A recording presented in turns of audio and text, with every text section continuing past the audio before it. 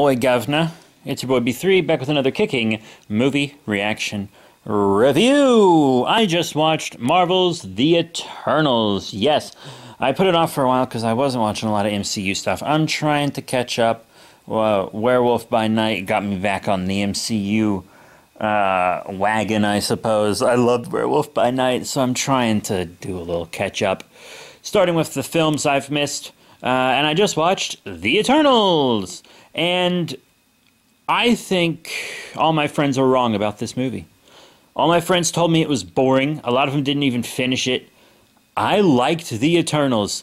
Sue me. I liked The Eternals. I'm sorry. But I did. I very much enjoyed it. Now, it is like 2.5 hours. And I do have to say, it feels exactly as long as it is. I don't think it's poorly paced. There are a couple scenes where it's like, this scene could maybe be a little shorter. But still, I thought it was good. I thought the CG was good. I really liked the outfits. The character design was really good. It's a nice, diverse film. Very diverse team. Great pride representation. I actually almost have a bone to pick with it because you remember I wasn't like super into Loki's pride representation. As a member of the community myself, I was like, oh wow, Loki gets a throwaway line about being bisexual that they can edit out for China. Ooh. Yeah, as if Disney doesn't donate millions of dollars to anti-LGBTQ plus groups every year, and Disney still does that despite this movie's existence. But, I mean, in this film we got a gay couple that we see kiss who has a kid, and we see them as a couple on screen multiple times, and it's like, wait though, Loki revealing he's bi in one little throwaway line? This is going to date me a little bit. This is going to show my age. But that, quote-unquote, broke the internet. I mean, people went nuts for Loki's throwaway line about being bi. And then we have this gay couple that's excellent representation and silence. Absolute fucking silence. I didn't even know about it. This film's been out a while by the time I saw it. And holy crap, I can't believe I hadn't heard a single word about it. Now, it's almost like there's something different about Loki than these guys. Also, I've met a lot of women that like fetishize bisexual guys, I'm not gonna lie. That's probably part of it, just thirst for Loki. But also, I wonder if it's a color thing. I'm not gonna lie, Loki's white, and I'm just saying. But whatever. Continuing on, we're going to do some heavy spoilers from this point. So it's pretty different than Eternals from the comics. They're more like bio-androids in this one. And the deviants are quite different as well. We get an after-credits scene where we get, like, a troll that I never thought I'd see in the MCU, and we get Thanos' brother. That's pretty rad. I'm gonna walk and talk with this mic here because the dog is asking to go out. Here you go, big girl. There you go. I'm not just gonna let her sit at the door having the pee while I record. Come on. I guess I could have paused. Oh, fuck it. I'm not gonna edit this. I'm unprofessional. I do this for fun. Anyways. Now, also the Black Knight's in this. Kit Harington. I could recognize the signs for that. I've actually read some Black Knight recently. Not the biggest fan of Black Knight, to be completely honest. I could see him being cool, though. I think he's in the current Savage Avengers, and I do really want to read Savage Avengers, so maybe I'll have to learn a bit more about him. But the after-credits scene, not the mid-credits, but the after-credits, I was told by my friends it sets up Blade. And I was like, guys, no, this sets up Black Knight. I mean, a character speaks to him from off-screen, and I guess that could be Blade? I don't know. I mean, they're both swordsmen, and they're both supernatural-based, So, like, them working together kind of seems pretty natural, especially since their powers come with some curse-like elements. They would make a pretty good tag team, I'm not gonna lie.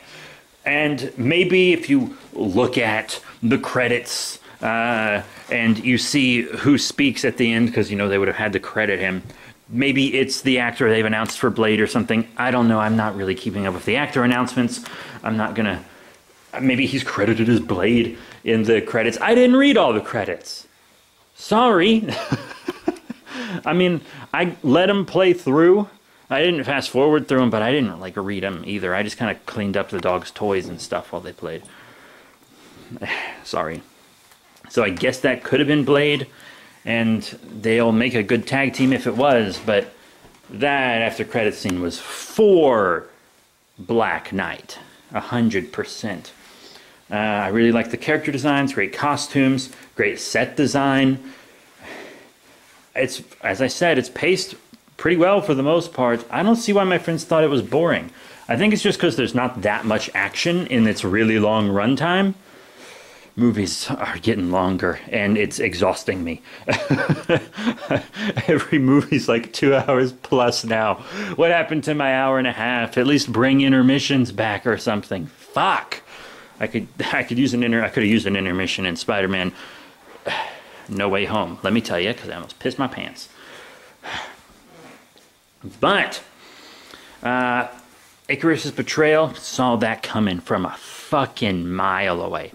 The actor was emotionless a lot of the time, even though he was perfectly capable as an actor of showing emotion. I've seen him do it.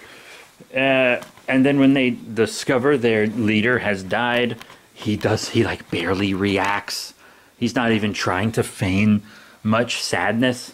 Like he's already processed it. Huh, why? Because he had her killed by deviants. That's why. There's another deviant that's like absorbing the powers of the Celestials. Not gonna lie, this demon celestial deviant thing, this deviant doesn't seem that necessary to the plot. Not this specific deviant, this specific high-powered one. The deviants are very necessary story-wise. But this specific powered one? No. It felt like he could have been removed. And they just had deviants come out of the ice when the emergence started melting the ice. That's all they had to do. And that just brought them back into action. Because it's like able to drain Celestials of their powers, but also takes their memories. But see, this... he gets the Celestials' memories, and it like kind of makes him want to kill the Celestials, because he's like, you Celestials are the real monsters, not us deviants. And it's like, bud, the deviants murder every living thing they see, and they don't even eat them. They're just all little psychopathic monsters. So yeah, you guys are the monsters. But now that I feel like when the deviant becomes intelligent, it should almost team up with them in the end. But it doesn't. After it has the memories of two Celestials in it, and it's processing what they know, I feel like it should be like, oh, the leader knew and didn't tell the others, but these other Celestials that are still alive, you know, they don't know. Except for Icarus, who does know, and is going to try to kill them so that the Celestial can destroy Earth, because it's a big-ass egg or whatever the fuck. I just feel like after it gets their memories, it can literally see things from their point of view.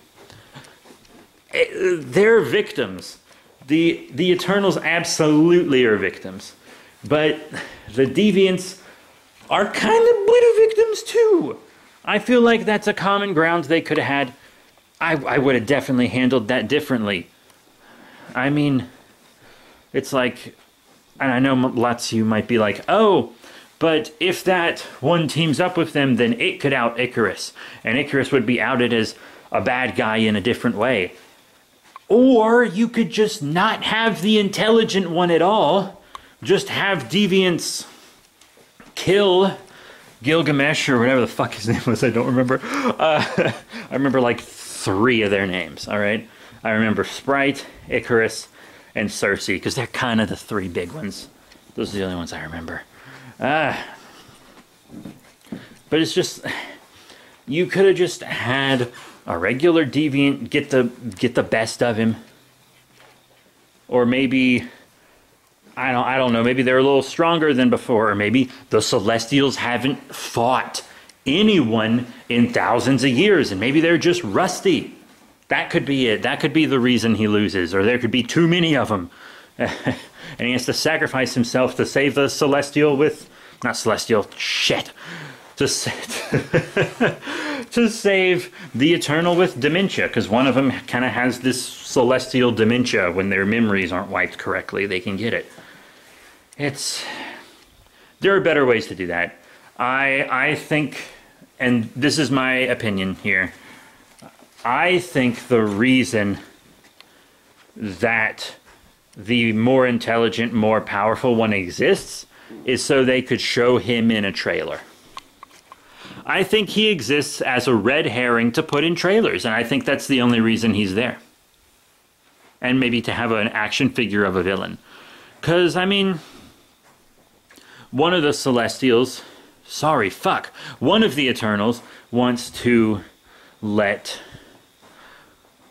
the Celestial come into existence, but he's like, I'm not willing to fight my family of Eternals, so I'm just going to leave and not interfere. And then another one is like, well, another 2 of them are willing to kill. So the real villains of the film are the Celestials and the Eternals that side with them. But you don't want to show that in the trailer because it's a big reveal. But you have to show a villain in the trailer. People want to know who the villain is. But I figure they're like, oh, we don't want to just show the mindless deviants as the villains. No. People won't buy that. And they might have been right, honestly. But it didn't feel necessary. I feel like there was a better way to do that. For sure. For sure. They just needed a baddie for the trailer so they could have a red herring so people wouldn't see Icarus's betrayal coming, even though I thought his performance really, really leaned into the fact that he was hiding something and not the best guy. I don't know, I saw it coming. But yeah, I thought it was good. It kind of felt like a superhero movie, but really it just felt more like a sci-fi film. It felt more like a sci-fi film than a superhero action movie, especially since most of the runtime is the more dramatic stuff, and less of it is that, whatever. And it doesn't have the signature Marvel comedy. I mean, there's comedy there. I told you I only remember three of the Eternals names. I don't really read the Eternals comics, but the Kieran Gillen ones actually look really good, and I do kind of plan on reading those eventually, but right now I ain't doing that. Not at the moment. But he's like become a movie star and stuff, and he and his I guess his Alfred, as it was put in the film, his chauffeur, they're kind of the comic relief. Because a lot of the time in Marvel movies, everyone just kind of passes the comedic relief baton around, except in Thor: Love and Thunder, where everyone is just clutching on to the comedic relief baton for dear life. No one lets go of it, and the movie can't take a single speck of itself seriously. Check out my review on that for more. But I really liked that, actually. I liked that it was less comedic, and the comedy was relegated to just a couple of characters instead of everyone passing it around. It really doesn't even feel like an MCU film. And despite the fact that it talks about Infinity War and Endgame several times, you really don't need to know much about the MCU. I mean, if you just if you just know what Thanos did and that it was reversed, that's mostly what you need to know for this film. You don't even, and they talk about Thor and stuff, but you don't even really need to know about that. You just kind of have to know about Norse shit to get that. I enjoyed Eternals. None of my friends liked it. I liked it. My biggest complaints are just that it feels as long as it is, and the main deviant guy felt unnecessary to me. But other than that, I really liked it. Do I think it has much rewatch value? Not particularly. That's actually a big thing I look for in movies because I don't really have internet at home. It's really slow. I can barely load pictures on it. You know, I just live in a really rural, isolated area for the moment. I'm next in line for promotion at work, though. Once I get that, I can finally move. But a lot of films for me, I get them on DVD or Blu-ray. So if it doesn't have a high rewatch value, it's often wasted for me. Luckily, I'm dog sitting, and that means I can just binge a bunch of shit on Disney Plus. So yeah, that's it. Might even try to catch up on some DCEU stuff because a friend of mine is going to come over. We're going to watch some shit.